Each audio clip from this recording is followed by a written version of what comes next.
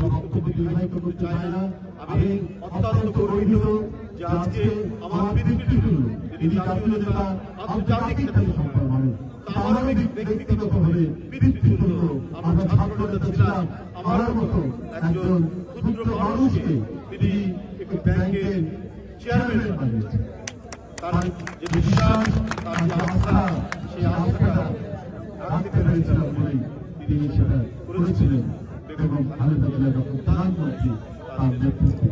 তাই বন্ধুরা আমার, তার স্মৃতি নিয়ে আজকের যে ফুটবল ম্যাচ এখানে অনুষ্ঠিত হয়েছে, ইতিমধ্যে নিশ্চয়ই আর সেমিফাইনাল হয়েছে, কোয়ার্টার ফাইনাল হয়েছে, আজকে ফাইনাল হচ্ছে। এই ক্রীড়া মানুষের শুধু দৈহিক স্বাস্থ্য নয়, মানুষের মানসিক স্বাস্থ্যকেও সমৃদ্ধ করে। আমাদের নেতা জিএম গৌর যেটা বলেছে, এই মানসিক স্বাস্থ্য আপনার পরিণত হয়ে গিয়েছিল গত আমলে, যারা 5ই আগস্ট পরাজিত হয়েছেন এবং পতিত হয়েছেন এবং দেশ ছেড়ে পালিয়েছেন। একটা শ্বাসরুদ্ধকর পরিস্থিতিতে আপনার কোনো প্রতিযোগিতা হয় না, কোনো খেলাধুলা হয় না, মানুষ নিরিবিলিতে চলাচল করতে পারে না। সেই দেশে একটা ভালো স্পোর্টস হবে, একটা ক্রীড়া প্রতিযোগিতা হবে, এটা সম্ভব নয়।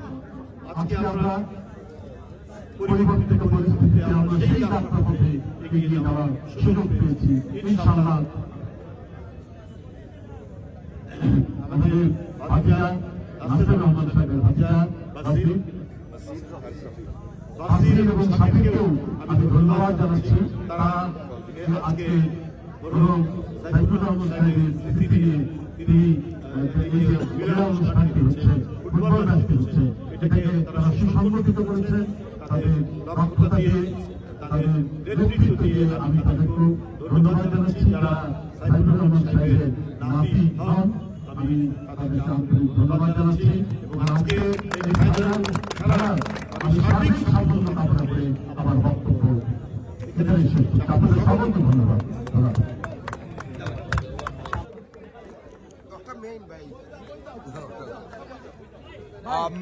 চ্যাম্পিয়ন ট্রফি গ্রহণ করছে বালাগঞ্জ ফুটবল একাডেমির দলীয় ক্যাপ্টেন, টিম ম্যানেজার এবং অফিসিয়াল যারা রয়েছেন তারা কিন্তু